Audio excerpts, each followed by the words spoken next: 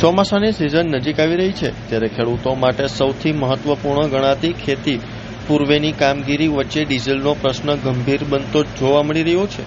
Petrol પંપો પર ટ્રેક્ટરોની લાંબી લાઈનો, મર્યાદિત ડીઝલ પુરવઠો અને સમયસર ખેતી કામગીરી પૂર્ણ કરવાની ચિંતા વચ્ચે ખેડૂતો મુશ્કેલીનો અનુભવ કરી રહ્યા છે।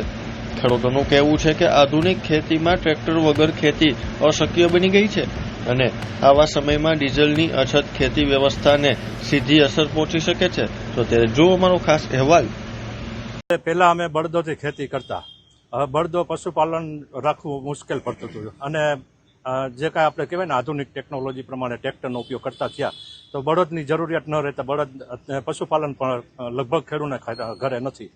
તો હવે ટ્રેક્ટરથી ખેતી કરતા અને ટ્રેક્ટરથી ખેતી કરવા સિવાય બીજો કોઈ વિકલ્પ પણ નથી અત્યારે ડીઝલની કટોકટી કહી કે અછત છે જે કહી અથવા વિતરણ વ્યવસ્થામાં કંઈક ખામી છે। ડીઝલ પૂરતું છે પણ વિતરણ વ્યવસ્થામાં ખામી છે, કોઈ ઓલું કરે છે તો એને હિસાબે આજે ડીઝલ મળતું નથી। હવે ખેડૂતો ડીઝલ લેવા જાય પેટ્રોલ પંપે તો 1000-2000નું જ આપે છે અને પાછા એવો ફોર્સ કરે છે કે ભાઈ ટ્રેક્ટર લઈને જ આવો, તો ટ્રેક્ટરમાં ડીઝલ બાળીને જવાનું કે પછી મોટરસાઇકલમાં કેરબો ટીંગાડીને, તો આવું સરકારે પરિપત્ર બહાર પાડવું જોઈએ અથવા જાહેરનામું કરવું જોઈએ કે ભાઈ કોઈ પણ પેટ્રોલ પંપ વાળાએ કેરબાની અંદર ખેડૂતોને અથવા એ ખેડૂત કેમ છે એને ખાતરી કરવી હોય તો કે 7-12 ભેગા રખાવાનો આગ્રહ રાખો, પણ કેરબામાં ખેડૂતોને ડીઝલ આપતા થાવ। હવે આજે આધુનિક ટેકનોલોજી પ્રમાણે ડીઝલ સિવાય બીજું તો કોઈ વિકલ્પ છે નહીં બળતણમાં। હવે આપણે ગેસ આધારિત હોય છે પણ એ ટ્રેક્ટરમાં અત્યારે સુવિધા થઈ નથી, સોલારની વ્યવસ્થા પણ ટ્રેક્ટરમાં થઈ નથી, તો હવે એના માટે ડીઝલ સિવાય કોઈ બીજો વિકલ્પ નથી। અને સરકાર આપણે કહી છીએ કે સંવેદનશીલ છે, ડબલ એન્જિન સરકાર છે, પણ ખેડૂતો માટે આ ડબલ એન્જિન વિપરીત દિશાએ શા માટે છે? વિપરીત દિશાએ એન્જિન હશે તો ડબ્બા ન્યા રહેશે, મતલબ કે આપણી ખેતી કે સમાજ, ખેડૂત સમાજ ન્યા રહેવાનો છે, પ્રગતિ કરી જ નથી શકવાનો। અને આજે અનાજ જે છે કંઈ તમારી ફેક્ટરીમાં નથી બનવાનું અને બધાની જરૂરિયાત છે, અનાજ તો ખેતીમાં જ પાકશે અને જરૂરિયાત બધાની છે, માટે પ્રાયોરિટી આપો ખેડૂતોને અને ડીઝલની જેટલી જરૂરિયાત હોય એટલું પૂરું પાડો અને ખેડૂતોને ક્યારેય ધક્કો ન થાય એવી રીતે ડીઝલ પૂરું આપો। પેટ્રોલ પંપ વાળાને દરેકને આદેશ આપી દો કે ખેડૂતોને જોઈએ એટલું ડીઝલ આપો, કારણ કે ખેડૂતો કોઈ ડીઝલ પીવાના નથી, ઘરે લઈ જશે તો એ ટ્રેક્ટરમાં જ વાપરશે, એટલે અનલિમિટેડ કરી નાખો ખેડૂતો માટે। આજે કોઈ ટ્રેક્ટર સતત ચાલતું હોય છે, કોઈ 2-3 દિવસ ચાલતું હોય છે, પણ જેને સતત ટ્રેક્ટર હાંકવાનું થતું હોય છે કારણ કે જે ખેતી કરતા હોય, ભાડા કરતા હોય, તો એને માટે ડીઝલની વધુ પડતી જરૂરિયાત રહેતી હોય છે। અને તમે એમ કહો કે દર પર ટ્રેક્ટર અમે અઠવાડિયે કે 15 દિવસે 20 લીટર કે 200 લીટર કે 2000નું આપીએ તો એમાં ટ્રેક્ટર ચાલી નહીં શકે, માટે સરકારે વિચારવું અનલિમિટેડ ખેડૂતોને ડીઝલ આપવાનું ચાલુ કરે। અત્યારે ઉનાળોની 20-25 દિવસ બાકી રહ્યા છે ચોમાસું આવવાને, હવે એના માટે અમે આગોતરી ખેતી તૈયાર કરતા હોય, આગોતરી ખેતી કરવા માટે અત્યારે આમાં ટ્રેક્ટરની ખાસ જરૂરિયાત રહેતી હોય છે, તો હવે ટ્રેક્ટર વગર અમે આગોતરી ખેતી કેમ તૈયાર કરશું? હવે ઓચિંતો વરસાદ આવી પડશે તો પછી અમે વાવણી કેમ કરી શકશું? અને વાવણી નહીં તો ખેત ઉત્પાદન કેમ આવશે? તો જેથી કરીને 140 કરોડ જનતાનો આ પ્રશ્ન છે, ખેડૂતોનો પ્રશ્ન નથી। અનાજ નહીં પાકે તો શું તમે ફેક્ટરીમાં અનાજ બનાવવાના છો?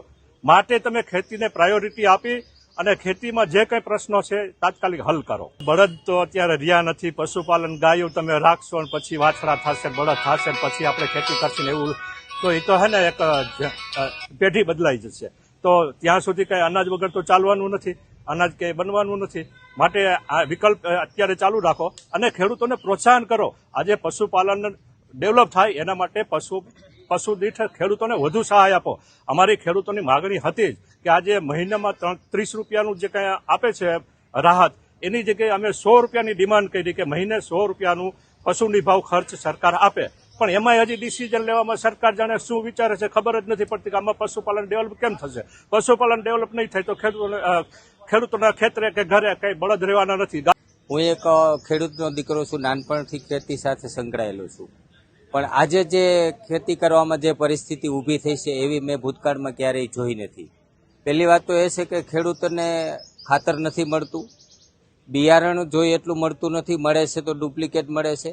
અત્યારે જે જરૂરિયાત છે ચોમાસાના 20-25 દિવસો બાકી છે ત્યારે ખેડૂતને પૂરતું ડીઝલ નથી મળતું, અને જો ખેડૂતને પૂરતું ડીઝલ નહીં મળે તો ખેડૂત જમીન સાથે જોડાયેલો છે, ટ્રેક્ટરથી આધુનિક રીતે ખેતી કરે છે અને આધુનિક ખેતી કરવા માટે હાલ પશુપાલન કોઈ પાસે છે નહીં, તો ખેડૂતોને વધુમાં વધુ ડીઝલ એને જરૂરિયાત છે એ પ્રમાણે મળતું રહે. ખેડૂતો પેટ્રોલ પંપ ઉપર ટ્રેક્ટર લઈને આવે તો એમની ટાંકી એક ભરી દે છે. પાછો ઈ ટ્રેક્ટરનો માલિક છે તે જે ભાડા કરતો હોય કે પોતાનું ટ્રેક્ટર હોય તે લઈ અને પાછો ખેતર ઉપર જાય, પાછો કામ કરીને આવે એટલે ફરીને પાછી ટાંકી ભરી દે છે. તો એનો સમય તો એમાં જતો રહે છે. એટલે જેટલી જરૂરિયાત છે ખેડૂતને એટલું આ સંવેદન સરકાર વિચારે અને ડીઝલનો પૂરતો જથ્થો આપે તો જ આપણો દેશ ખેતી પ્રધાન દેશ છે, ખેતી સાથે જોડાયેલો દેશ છે. તો જ ખેડૂત સમૃદ્ધ થશે અને આપણો દેશ સમૃદ્ધ થશે. પણ ખેડૂતને પૂરતો જથ્થો મળશે તો. આ બળદથી જ ખેતી કરતા હતા. આધુનિક સાધનો હું છેલ્લા લગભગ 60-65 વર્ષની ઉંમરમાં 15 વર્ષની ઉંમર હતી ત્યારે ખેડૂતો સાથે સંકળાયેલો હતો. અમારી પાસે 40-45 વીઘા જમીન હતી ત્યારે અમે 2 જોડી બળદ રાખતા હતા, એટલે 4 બળદ રાખતા અને ખેતી કરતા હતા. પણ હાલના સમયમાં તે શક્ય નથી. પશુપાલન આપણે કરી શકીએ તે કરવું જ જોઈએ. આપણો તે એક ધંધો જ છે, એક બિઝનેસ છે. એક કોઈ પણ ફેક્ટરીનો માલિક હોય તો એમાંથી તે પોતાનું વળતર મેળવી શકતો હોય તો ખેડૂત પશુપાલન કરીને વળતર મેળવી શકે, સારી વાત છે. પણ હાલ શક્ય નથી. અમે ભૂતકાળમાં બળદથી જ ખેતી કરેલી છે, પણ હાલ મારી પાસે ટ્રેક્ટર છે અને ટ્રેક્ટરથી ખેતી કરું છું. તો ત્યાં અમે જઈએ તો 20 લીટર આપે, ડીઝલ 20 લીટર આપે ને 20 લીટર આપ્યા પછી એક બચલું ફ્રી આપે. ભાઈ તમારે 1 લીટર ઓઇલ તો ભેગું લેવું જ પડશે. હવે અમારે ઓઇલને કરવું છે એવું. ટ્રેક્ટર 250 કલાકે 300 કલાક આપણે હાકીએ ત્યારે એની અંદર ઓઇલ બદલાવાનું થતું હોય. તો જે ભેગું ડબલું આપે છે એ તો કઈ એમાં હાલે એમ નથી. એ ખેડૂતને શું કામે? જો ખાતર લેવા જાય તો ખાતરમાં પણ નેનો ડબલું ભેગું આપે છે, એ ખેડૂતને ઉપયોગી નથી.